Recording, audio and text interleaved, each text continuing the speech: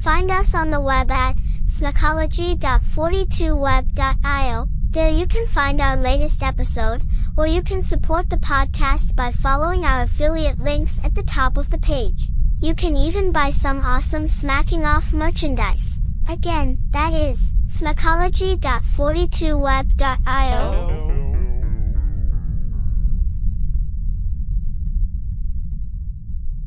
We're here at Commonwealth Stadium, representing for the Kentucky Wildcats, right against the Georgia Bulldogs, right? And I'm live here, and there's fun and excitement going on. I know you can see that. This is Smacking Off, the podcast. Hi, we're Fiverr, a global marketplace connecting individuals and businesses with freelancers offering thousands of digital services. Graphic design, web development, video editing, e-commerce marketing. You name it, there's a professional freelancer ready to make it happen. Filter your search by the service needed, budget, timeline, and boom! Fiverr provides a list of talented freelancers to meet your specific needs. Always know what you'll pay up front. No hourly rates, just project-based pricing. And because payment isn't released until you approve the work, you can rest assured that you'll be satisfied with the quality and get exactly what you want. Our support team is always available to answer questions or offer assistance when you need it. With the whole world of freelance talent at your fingertips, what might you achieve? Join today and find out.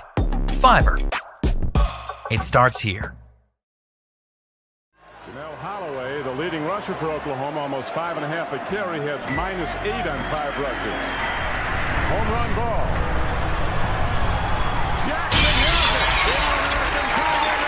And now, Kicking off the podcast.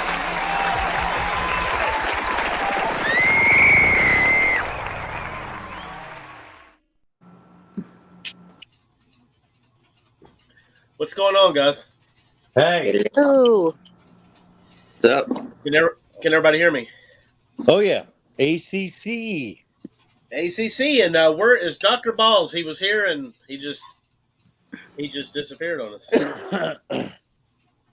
I bet his internet went down or something, because Dr. Balls is like clockwork for the start of the show. Where does he live? Dr. Balls is a Kentucky native. Okay. All right, so yeah, somebody shut the router off at his house. He's booting back up now. He's not far from the West Virginia border because he's close to Marshall. Yeah, he can go over to West Virginia and get moonshine anytime he wants. Yep. And it don't even take him a day to drive over there. Nope. Nah, I think he's literally. We'll get him to answer that in a minute, but I think he's within like 30 miles or something. Yeah, because he said he was really close to Huntington, which is where Marshall's at. How far are you from West Virginia, Dr. Balls? No, I'm not from West Virginia. I live in Eastern Kentucky. No. How far are you from West Virginia? About 10 to Huntington. About 10 miles, you said? Yeah. If you climb the hill behind this house, or the mountain, I should say, you can see the lights of Marshall Stadium. Well, that's cool. I think my hill climbing days are past me. Oh, yeah. Just trying to give you an idea how close it is. I'm like a mile off I-64, and if you go down 6 miles, you're in West Virginia. Another 3 miles, you're in Huntington. You're where in 3 more miles? In Huntington, West Virginia. So if you head east on I-64, you run out of Kentucky. Obviously, that's where I live, the easternmost point of Kentucky. If you head directly east on I-64, you're in West Virginia. That's Canova, and the next town is Huntington. Yep. See, I was right. So, all right, so y'all talk. I'm going to see if I can coax Dane in here. I think he's ready to come in, but I'm not sure he knows how to get in. Oh, yeah, my router crept out here. We had a minor power outage. Somebody accidentally turned off the router here. I mean, I'll start by saying I don't see Florida State is picked second in the conference. I don't see it. You know, on a normal day, I'd probably fuck with Dane about Clemson, and but I'm kind of pulling for Clemson. I definitely don't want to see Florida State back up there. I think North Carolina State is going to give everyone a run this year. No, Athlon Sports North Carolina State. Oh, yeah, they look good. Athlon Sports, though, has Florida State pick number 1 and Clemson pick number 2. Yeah, Florida State's got that quarterback Florida State's got that QB DJ Uiagalelei, and yeah, he's hot and cold though. Oh yeah, he's not that good.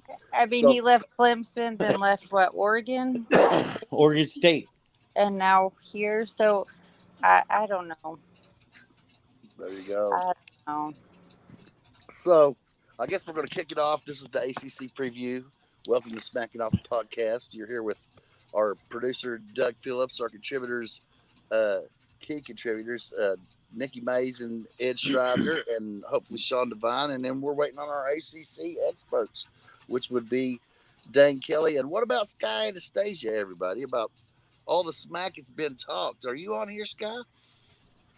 I do not see Skye yet. Yeah, who knows if Skye never talks as much shit.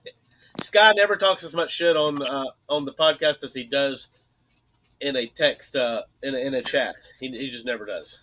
That's not fun. I was excited about it. Yeah, I wasn't, because I knew he never does. Yeah, he's probably scared of Ed now that he's met Ed, right? That he don't know what to do, right? He can't hold himself, right? Which I ain't hating. Speaking of which, I didn't know I was scary, but okay.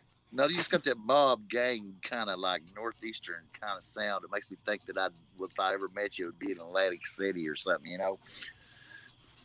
Well, I mean, if you can count cards, I'll go with you. I can count cards up to a certain extent, but I'd lose control at about 512. Okay. So I don't laugh. Yeah, I mean, I was born and raised in D.C., so technically I'm considered a Southerner, but I don't really know if that's true. Oh.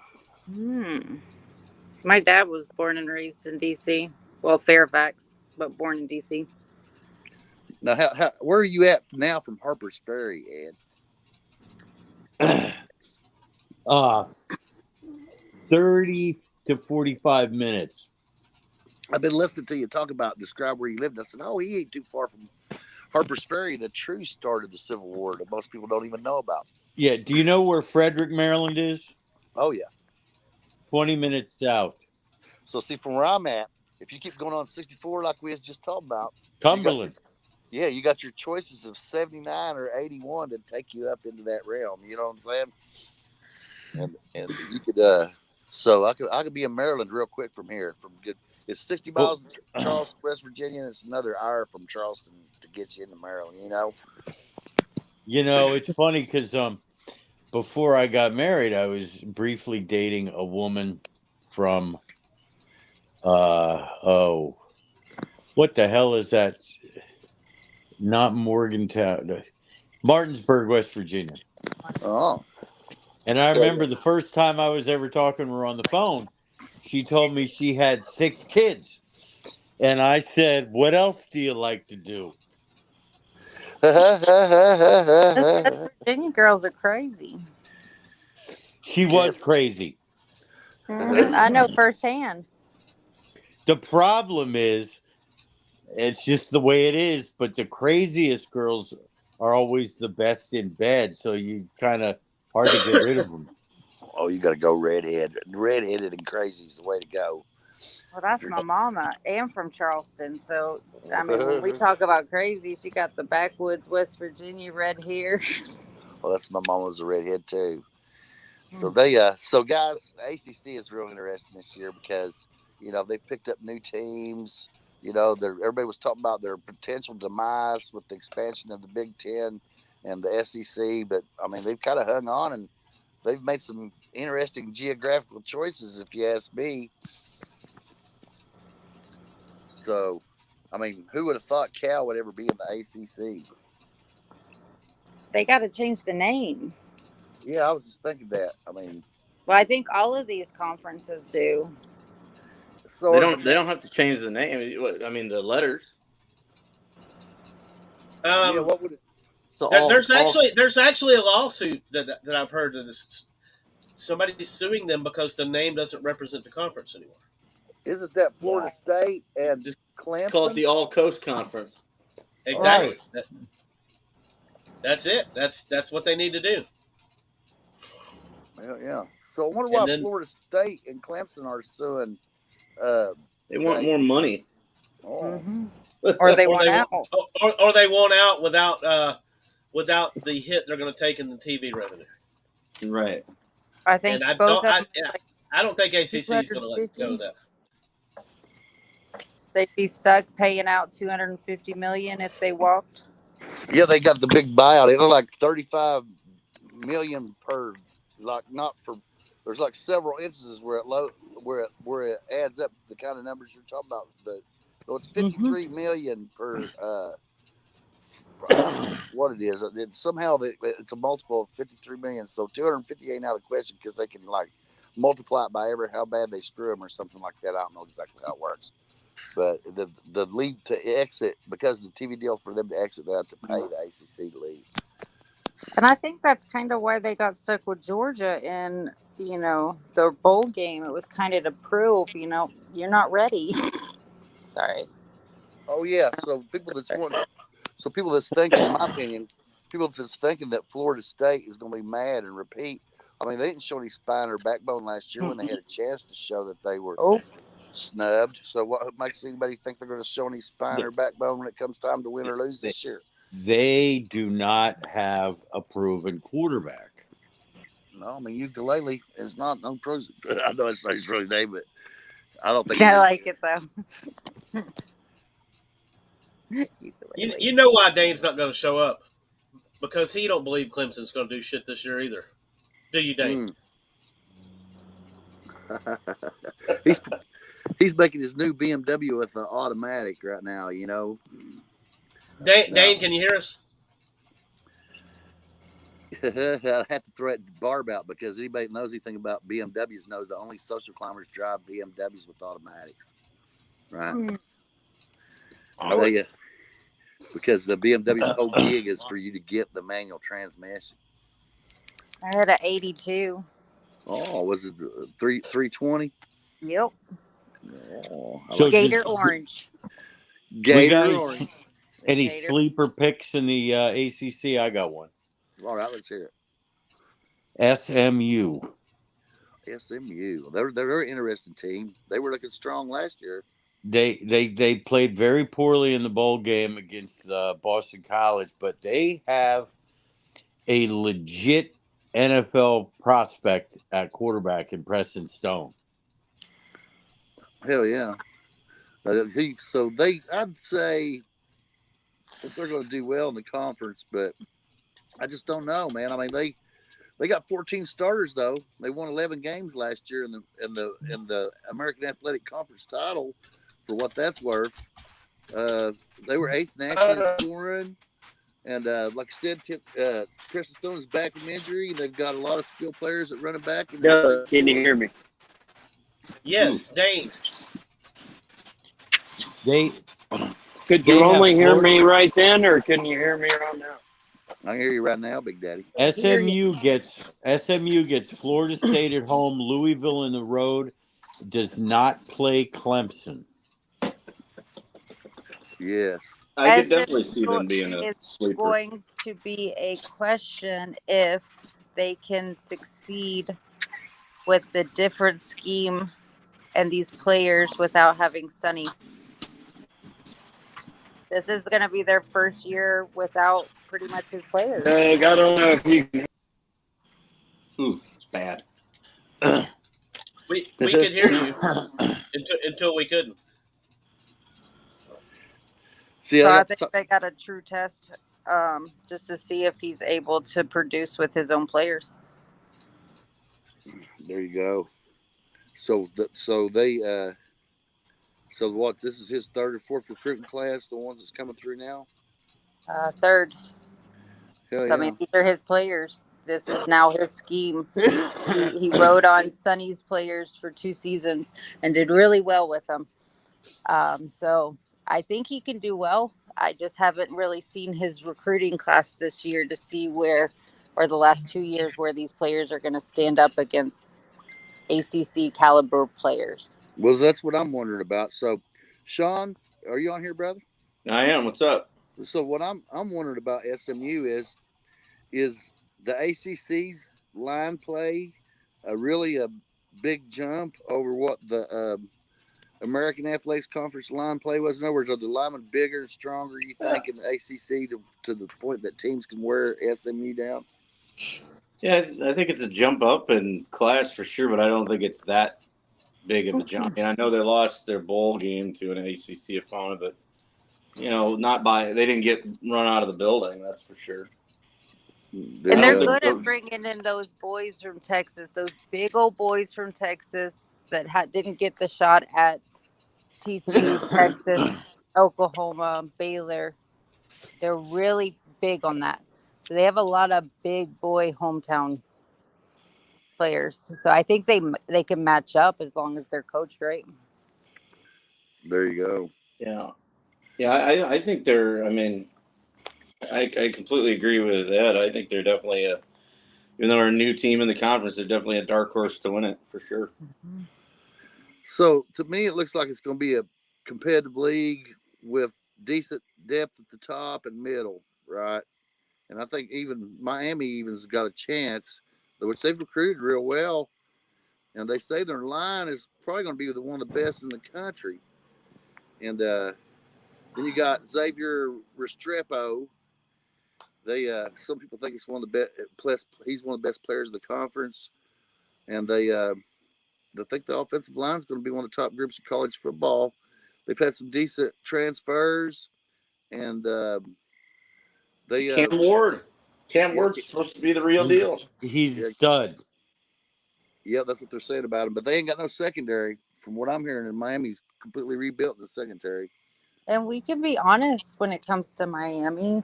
I mean, no bias at all, but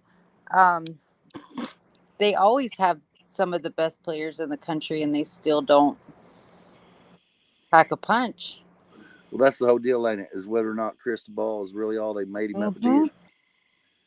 I mean, just like they have secondary problems right now. Hell, he's in the heart of cornerback country, right? I mean, if you can't pick a cornerback in South Florida, you're never going to recruit one. So we had a discussion about this from the other day. What's that? I was having a discussion about this the other day. I think it's really it's an interesting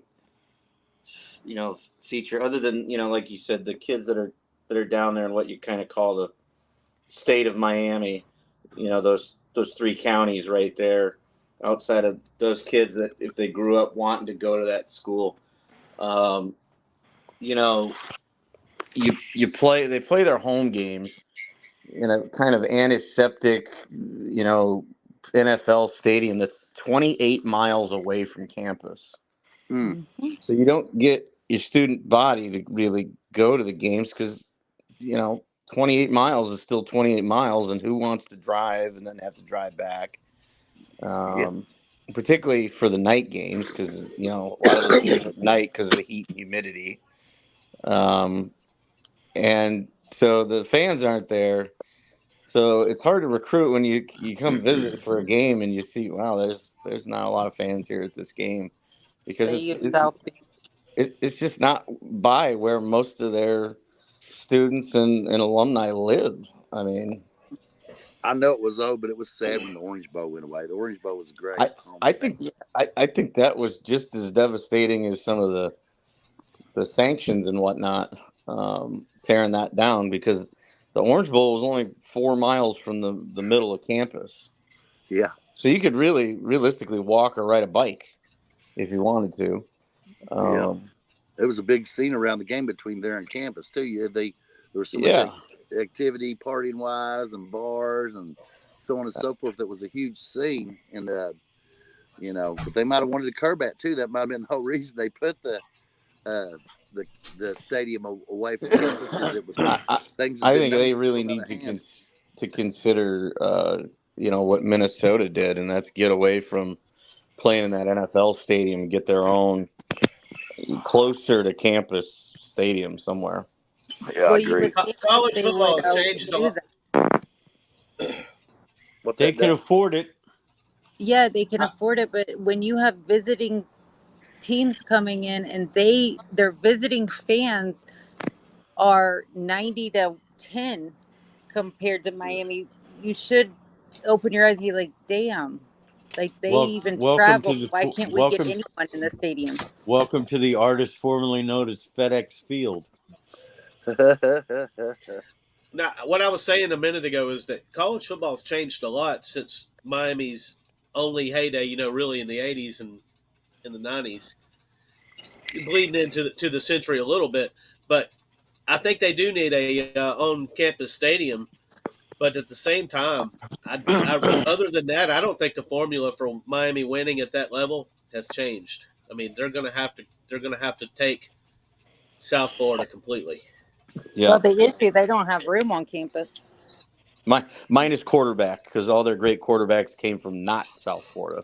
Jim Kelley, right. Bernie Kosar. But other than that, they didn't. Walsh. They weren't that good when Jim Kelley was there, though.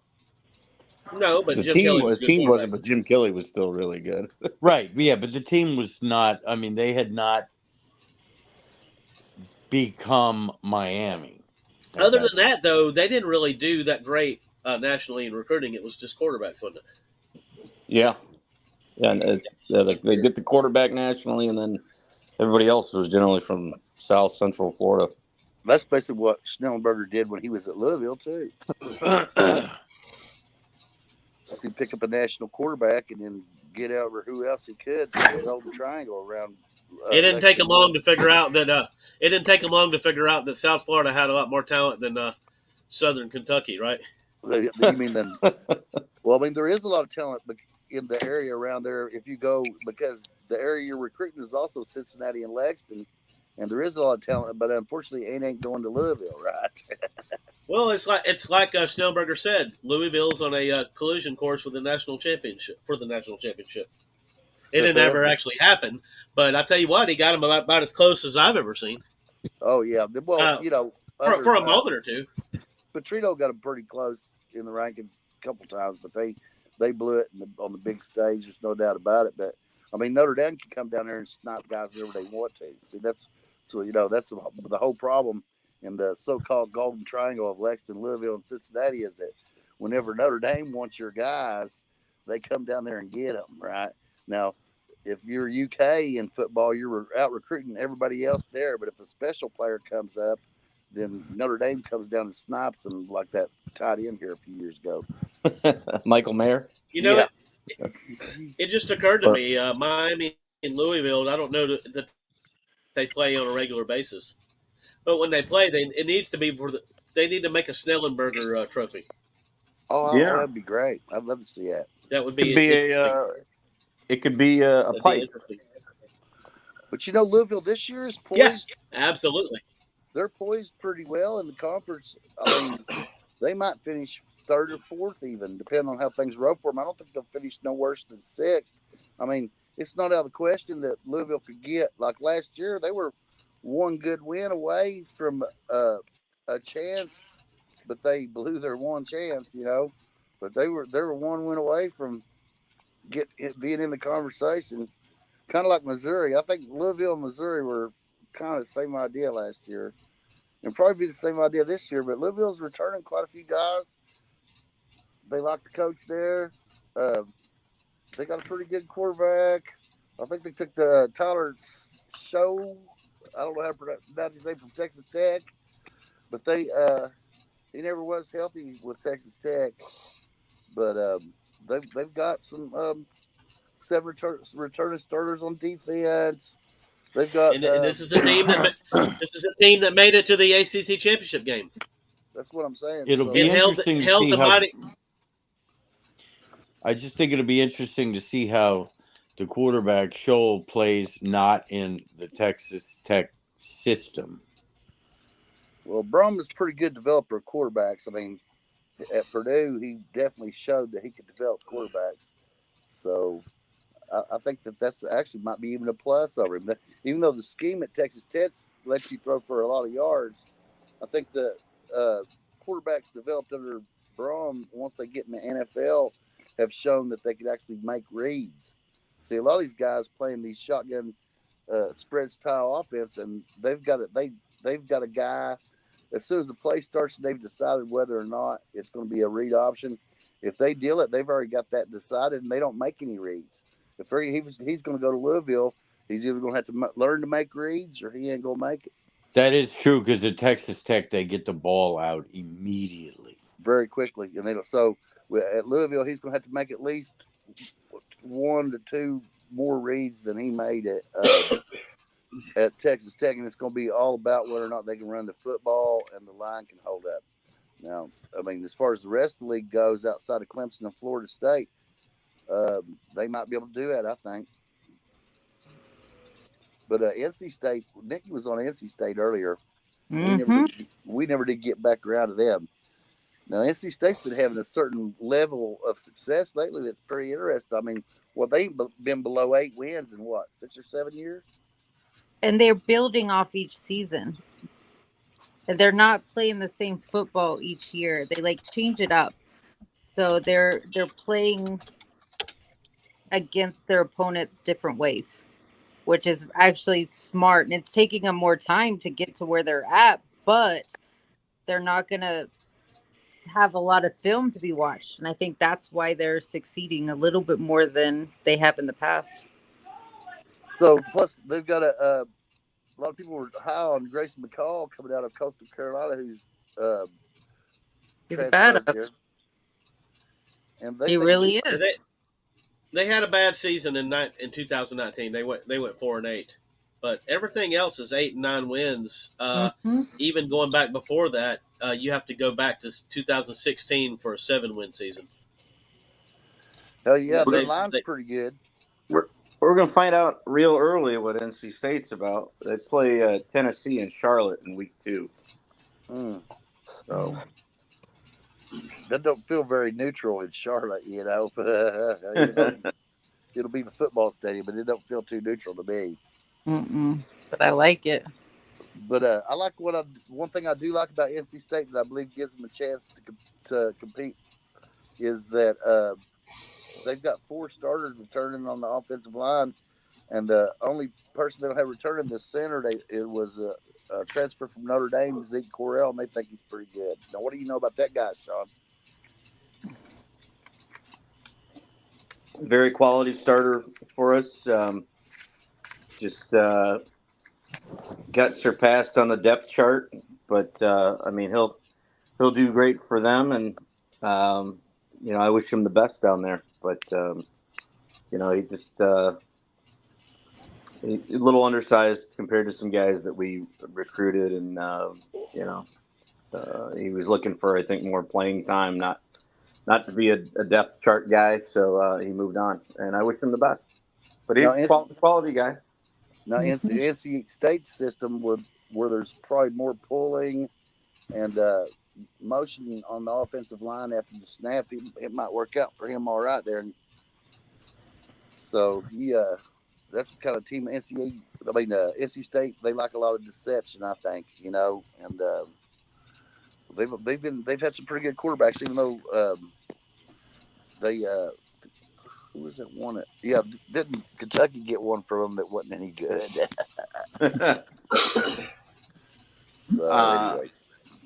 Yeah, they did have many years ago, Russell Wilson and Philip Rivers. Oh yeah. So I'm excited for them too. So I think the ACC is going to be in the conference is going to be more competitive than people think, and I don't know what Cal's and SMU's chances we talk. What's that? I think Cal is going to be kind of sneaky, especially considering, the long trip out to Cal that some of these teams are going to have to make to come out to Berkeley. They're of the 2 Bay Area schools the ACC took in. Cal is the most ready to go. Stanford's in a serious rebuild. I think it's going to be a challenge for some teams when they got to go out to Berkeley. And it's a pretty favorable schedule for them. Their road trips east are early in the season, in September. They got to go to Auburn in week 2, and then they got to go to Florida State in week 4. But after that, they only have 2 more trips back east for the remainder of the year. Do you think those first 2 ones, though, are going to be rough on them with the change in the weather?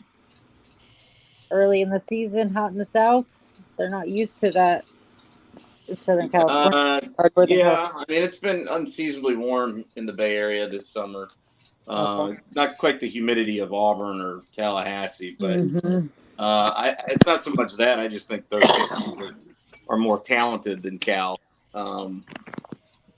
But Wilcox is slowly but surely, building this program back up from where it was when he took it over, which was way down. So I think they can surprise some teams in the ACC. Well, they were fun to watch the last few seasons. I mean, they took Auburn to the wire last year, if I recall. Yeah, so they've always been fun to watch. I think putting them, I don't know, I think they're a good fit. It might take them a few years, but I think it'll be a fun addition to the conference. Mm-hmm. Speaking of a good fit, how many games does Notre Dame have against ACC teams this year, Sean? I think that's an interesting question because I don't think they're counting. They're not counting Stanford, are they? The Stanford game, I don't think, as one of the normal part of that rotation because they didn't think they were going to have Stanford join. So I don't think that one is counted. Let me take a look here. Was it 5 before? Did it used to be 5? I think it was 5. It fluctuates between 5 and 6. Now, the funny situation regarding that this year was that Miami had their AD had a little bit of a brain fart, and a couple of years ago scheduled 13 games, which you of course cannot do. And so last year, around the summer, he had a choice to make. He had to either get rid of Notre Dame or get rid of Florida. And so, and the Notre Dame game was in November in South Bend. So that was an easy decision for people from Miami. They don't like to be in cold weather. So they canceled our game, and we had to replace it. And I think the only before we knew the Pac-12 was going to fall apart, because now you go, man, Washington State and Oregon State will take a game with anybody. But at the time we didn't know that, so Notre Dame replaced that with a game against Army in New York City. So the Irish have, let's see here. Man, I miss that. I love the Catholics and the criminals. That's always a fun game. Oh, yeah. There's 1, Yeah, 2, we don't want to lose that. 3, 4. And a great 30 for 30. Oh, yeah. Oh, definitely. So, Sean, really, if we have to talk about Notre Dame, though, because, I mean. Well, they are counting Stanford. My apologies. So 5 ACC opponents. So we got to talk about Notre Dame, though, because otherwise we have to give them since they're independent, we'd have to give them their own preview show, right? So they're playing most of the ACC opponents. And so I'm curious. I mean, to me, I'm looking at Notre Dame. And if they get by, if Notre Dame loses 2 games and one of them is absolutely close against the best possible opponent, they might get into CFP. If they lose 1 game, I think they're for sure in the CFP. What do y'all think? I agree with that. I think 3 makes it tough. Yeah, I don't think they're in the 3. 2, yeah. Bob, you're right. It'd have to be a very close loss. And the only one I could see that being 2 would be at home to Florida State later in the year. Yeah, and so Notre Dame's schedule looks pretty favorable. And the fact that Florida State plays Notre Dame means that we'll get a true champion going to the CFP out of that, I think. So it's a big deal for both them programs, because I don't know if the ACC can get 2 teams in the CFP if Notre Dame goes. So if somehow Florida State is 11-1 and Clemson is 10-2 and Notre Dame is 11-1, I don't know that Clemson will get in the CFP. Well, we don't know. It just depends on how the other conferences shake out. Yeah, it really does. As far as very favorable schedule, I'd expect us to either be unbeaten or have 1 loss going into that Florida State game at home. And that only loss to me would potentially be in game 1 at Texas A&M. Nah. You never know. It's a tough place to play. I know, but I expect to win, but I've expected wins before, and they didn't happen. They play in too many intense stadiums. But it's early in the season. Even if they did lose somehow to Texas A&M, they'd have time to recover from it. Whereas if you got a late season loss, then that's tougher to recover from. But that's the new frontier of the CFP, is with more teams that's in it now, 12 teams, it might be slightly more forgiving. I think it'll be tough for Notre Dame if they have 2 losses to make the playoffs, simply because this is to me, a very poor schedule for Notre Dame. Usually Notre Dame has a lot more heavy hitters on here. I mean, And if they lose to Texas A&M, it's almost impossible to predict what that'll mean, because we expect that Texas A&M will play a tougher brand of football with the new coach, but we don't know what their record's going to be the first year. Right. And then, you got basically 3 gimme games in a row, Northern Illinois at Purdue, and I think Purdue is one of the teams projected to be at the bottom of the Big Ten, and then Miami of Ohio. So you win those games and you go, well, what have I got? You don't really know. Louisville at home will be a revenge game from the loss last year down in Louisville. So I expect that was an ugly one too. Yeah, I expect Notre Dame to be very prepared for that game, and I think that'll be a good game. So it's good and it's Freeman. He has another year. He has a year under his belt. He's recruited some of his own guys. Mm-hmm. It's good for the stability at Notre Dame, and they might feel looser and come in feeling better about it. Yeah, I think he's primed to have a good year as his third year as head coach. So time to start putting some wins on the board. And he looks good while doing it. So I had to throw that on there. Yeah, I like him as a coach. I think he's doing a great job. I think the biggest addition in the offseason was the hiring of taking that offensive coordinator from LSU, and now he's our offensive coordinator. Hell yeah. Do you think that's karma?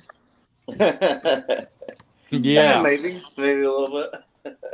But I'm most excited. I really, as much as I wish Dane was on, I really think Clemson's gonna. I agree with Dabo in his offseason comments.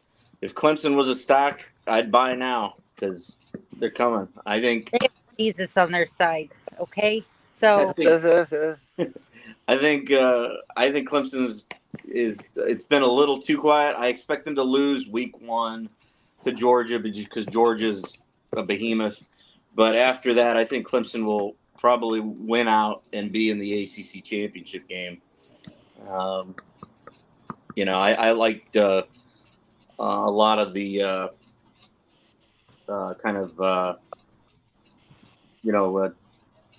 trial and error kind of that they did to end last year, and they ended last year on a 6-game winning streak.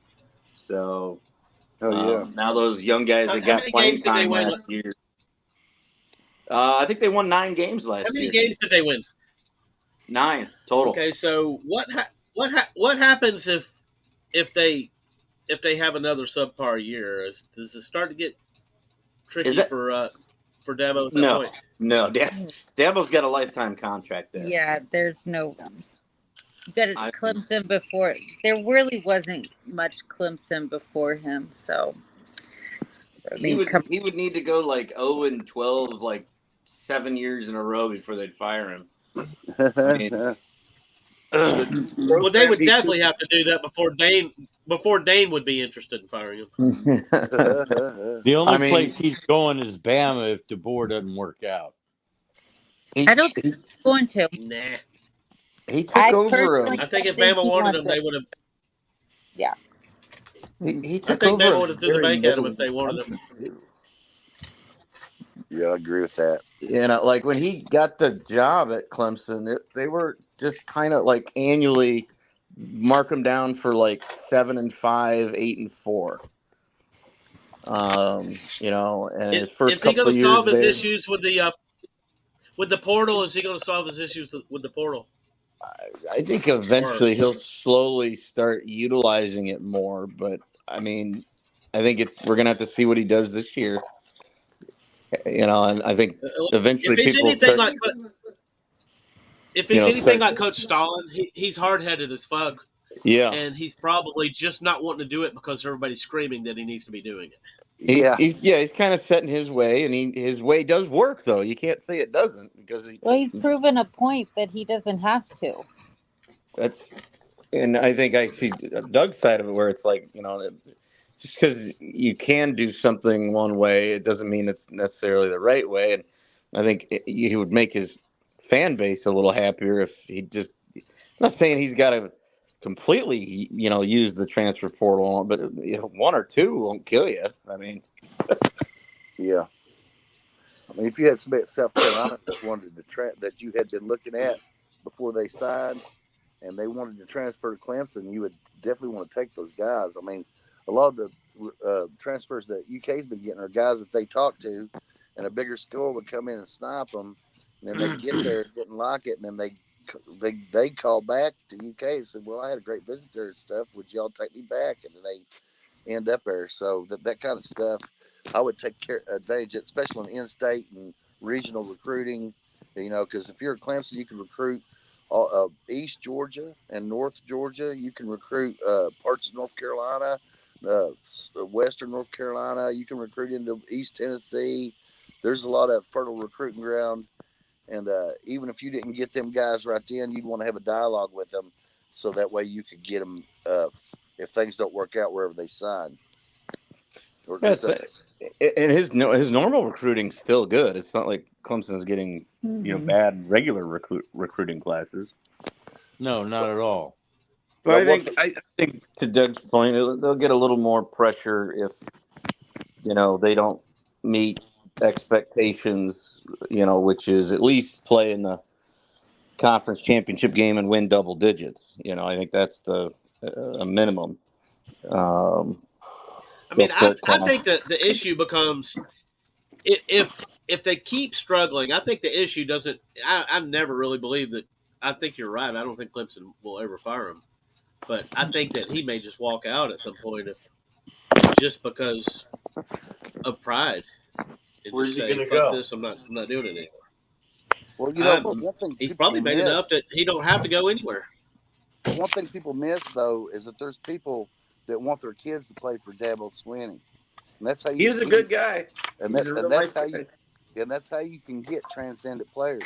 There's people that feel that he's a man of integrity, right, for not using the portal. I know this goes against everything Landon Beeman believes in football, which win at all costs, I guess, is the way to do it these days. But if Dabo Swinney, I think that's how you get transcendent guys, and I think he's still going to get an occasional transcendent guy.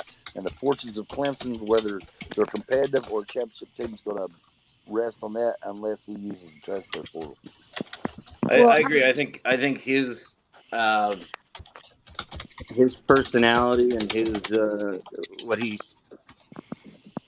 he stands for is still a good selling point to certain players, and that helps, particularly quarterbacks. It's lately. I mean, even if Klubnik and DJU didn't quite pan out to being Trevor Lawrence and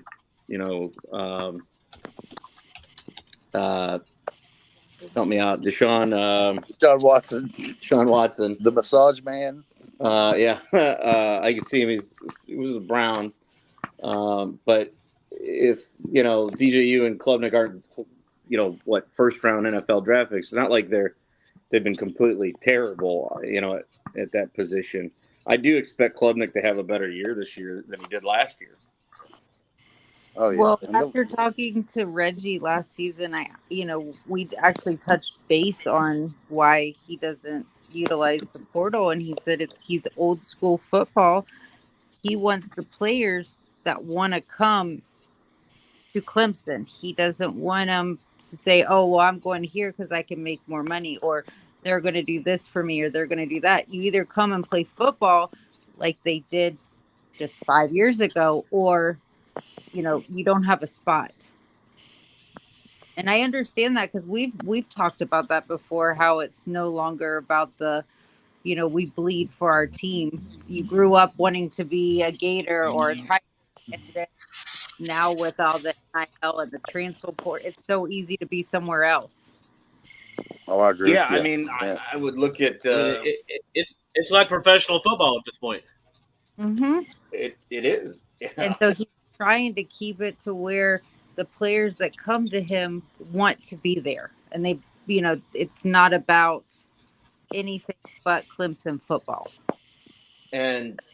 But the difference between pro football and this is, at least in the NFL, there's a salary cap, which sort of keeps it somewhat fair amongst the 32 teams. I'd love to know which programs are spending the most on NIL, versus those that just simply cannot. Oh, and yeah, how it it's probably correlates. ridiculous. And how it correlates into the recruiting. Oh, yeah, we already know that. I mean, that ATM spent the most money under Jimbo Fisher and got the most recruits, but they didn't have the most coaching, obviously, because they didn't do nothing with it. But it is possible to get the guys on the top of the board at 24/7 if you spend enough money, evidently. Yeah, or through the portal, Hey, I know you were pretty good at this school, but they're only paying you so much. Come here, you'll still be great, but you're going to make more money.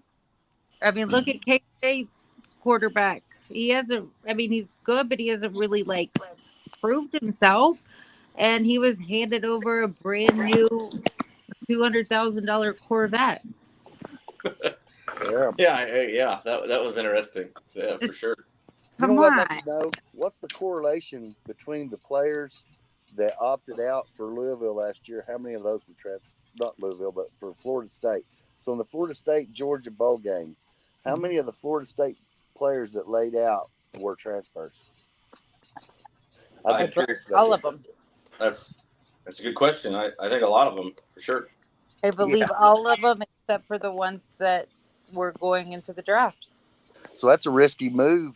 If you're a top program and you're going to base your whole program on transfers and it's all about their own interests, you could go into the CFP and guys just say, well, the hell with it. I'm going to get drafted anyway. So the hell, I'm going to sit out of the CFP, And so that's an interesting aspect. So I wonder who's going to be the first player to opt out of a CFP game, right? And if you were in the NFL, would you draft that guy? Or if he's looking to transfer, are you the coach that's going to go, you know what? You didn't back your team. Why should we bring you? Are you going to do that to us too? Because somebody will. Of course, there's always someone, but will it be where he wants to go? Because some coaches do have morals these days. Not many. Okay. Dabo has morals. Dabo does. Yeah. I can't say anyone else right now. God. But I mean, there's always going to be somebody that'll take that player. Even in the NFL, like Bob was. I mean, they've yelled at him for not playing in lesser bowl games, but they still get drafted. But I do think you'll eventually see people opting out of the playoff with 12 teams. I don't think we're going to see that for the first few years. Once they realize these bowl games are there's those lower tiers and they get matched up against the top of, your number one, number two team, I can see players then saying, I'm not taking a chance. Yeah, when you got Liberty versus Michigan or something like that. Yeah. Yeah, you that's when you're going to have players go, you know what, I'm not going to take the chance. I'm not going to get injured for this shit. Mm-hmm. We're not going to win. Yeah, that's going to suck when that happens, though, because I really hope that don't happen. If it does start happening, I think it's a sign that they need to scale it back to 8 teams. Yeah, I have a feeling we're going to see it probably. Well, I mean, we could see it this year. Oh, Doug, that's never happened. You don't put toothpaste back in the tube. If anything, it's only going to get bigger. No, it's all. I just hope that it doesn't happen. What she's saying is that you start seeing players opt out because that's. I agree. I hope not either. Yeah. Well, you could also see the other side where the Michigan guy isn't going to play against Liberty. No, they're going to always play because they know they're going to go to that next game more than likely. It's that Liberty boy that's 10 times smaller than any Michigan player that's going to go, you know what, I have a chance to still play pro football. I'm not going to take my chance to get destroyed. See, I think you could have that. I mean, it was Michigan that referenced, but let's say you got a guy for Michigan who's a defensive tackle who's projected to go in the top 5. He might opt out of that first round game and or say, when we get to the semis, I'm playing. Well, he won't opt out because the program will do is cover him by saying, he's nursing an injury, so we're not going to play him this week against Liberty. Yeah, because I think there's going to be a rule you can't opt out of one and then play in the next. That's why what Sean says will happen. Yeah. He'll have a he's being held out as a precaution. Yeah, he tweaked his groin during practice this week out of But we can't say precaution. anything about that because they do that all season long. We see Right. it every game. So if he wants to protect that player against a nobody, I understand it. But Doug, that 12 is looking to go to 14 almost the next year. Yeah, I saw that article the other day. I almost laughed when I read that. They either want to go to 14 or 16. So what's the point at that point? That way we can get an 8-4 Iowa in. I guess so. You know, or 8-4 Auburn, or or whoever. I mean, we I'm might as well looking at the turn it. previews. It's the Big Ten and the SEC want more and more of their teams in this playoff. They just need to turn NFL and have wild cards. At this point, at what point does it stop being a playoff when we're inviting half of these conferences? I agree. You know you're going to be top heavy when it comes to the playoffs with SEC, Big Ten, ACC. Every few years we see a few that make it. You're going to be top heavy with some of these. You can't change it because of it. If you're not good enough, you're not good enough. So anybody listening, and if you listen to this in the next few weeks or whatever, and we didn't mention your team, it's because your team sucks, and there's no reason to mention. Well, I don't know if Syracuse is necessarily going to suck. They, you just brought them up, Ed, so they're off the list now. North Carolina. Kyle McCord got a bad rap, but he's a pretty good quarterback. And LeQuint Allen is a very strong running back, in spite of the fact that he ran for 0 yards and 21 carries in the bowl game against South Florida. They just mauled him. But he's good. Syracuse didn't even start. They were under 500, but I think that was after they lost their bowl game. They went 6-7. They're projected middle of the pack in the ACC. So I think, and we all know it. You get one of those games up there in that Carrier Dome or whatever they're calling it these days, they can sneak up and bite you. Oh yeah. So let's go ahead and jump into this. Who's the two best teams in this conference, and what kind of championship games are going to be? I'm liking Louisville and Clemson. Not Louisville, but Clemson and Florida State. Who I got? I'm going Clemson, North Carolina State. I'm going Clemson, Miami. I'm agreeing with that. Clemson and Miami. Nope. Okay, so Clemson and Florida State would be rematches, wouldn't it? Oh yeah. I'm gonna have to because it's Florida State, Louisville. No. I mean, it'd be a rematch from the regular season. Yeah. I believe that, Clay. Yeah. Yeah. I think that's correct. Clemson's at Florida State in week 6. There you go. Clemson does not play Miami in regulars. Yeah, I think that they could end up knock the other one out, and they won't have a chance. Clemson to Miami sounds interesting. I'd love to see it again. That would be kind of like the Christians and the criminals. Yeah. Florida State probably has the toughest road to make it there. With Clemson, Miami, at Notre Dame, and then they finished with the rivalry game against Florida. And Florida's going to be better, I think, this year, too. Yes, sir. I agree. I think they'll be better, for sure. And I would be stunned if Florida State does not fall back some. Right. With losing all those players, I think... they lost most of their team. It wasn't like they just lost a few. They had, 17 in the portal? And then whichever ones went to the NFL? Yeah, that's a lot. So, I mean, they lost most of their team. Now, who was it earlier in the show here that said that Florida State was still getting a lot of hype? Was that you, Ed? Yeah. Florida State was still getting hype when they were only winning 5 games. They're Florida State. Right. People's forgot that They have Bowden's not there anymore. massive drop off at quarterback. So of 85 scholarship athletes, Florida State lost 36 off last year's team. Jeez. So they only returned 51. And of those being starters, it's only 5 on offense and 5 on defense.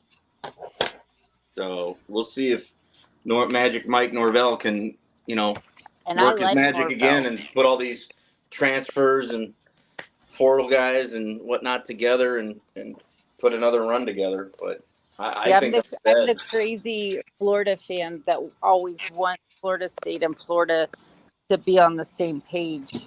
If we're bad, we both better be bad. But, this is a game at the end of the season that determined who was going to the national championship, or this was determining who was going to a New Year's Six bowl every year. The last few, it's who's not going to go to a bowl other than last year.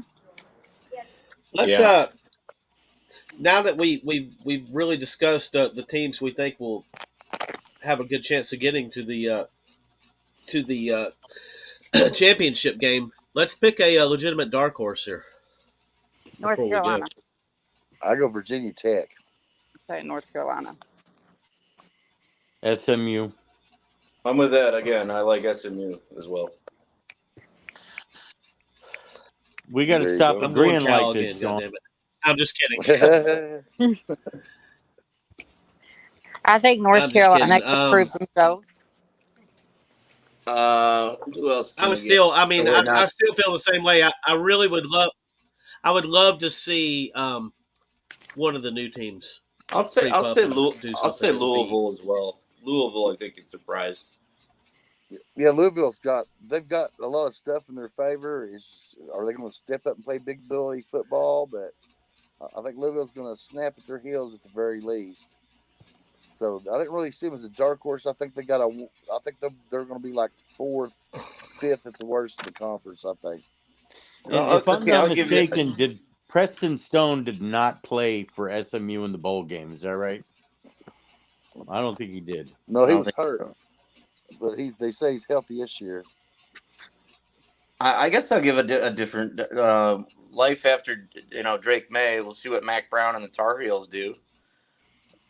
That could be your dark horse. Is Hampton back at running back? Because that guy is really good. I think North Carolina. I think he is. I think he's young. I don't think he's gone. Oh, are you talking Omari and Hampton? Yeah. I believe he is back, yeah. I mean, that guy's just a beast. Yeah, he's really great at running the football. North Carolina's going to have to replace wide receivers, though, if I'm not mistaken. And of course the quarterback in Drake May. So we'll see. I think Mac Brown usually he can pull a rabbit out of his hat and surprise us. Yeah, it'd be cool to see Mac do something right here, and I know he ain't going to be coaching very much longer because how old is Mac? He's older than Saban, right? He's in his 70s. He's definitely in his 70s. I thought this year would possibly be his last. But all right, so the last Mac Brown is 72 years old. That's what I thought. He ain't much older than Saban. We'll jump in chat and we'll figure out whether we're going to talk about the Big Ten or the SEC next, guys. Sounds like a winner. Sounds great. There's no wrong answer to that question. Nope. Great show, everybody. Yes, all sir. Right, guys. Thanks, all right. guys. All right. Bye.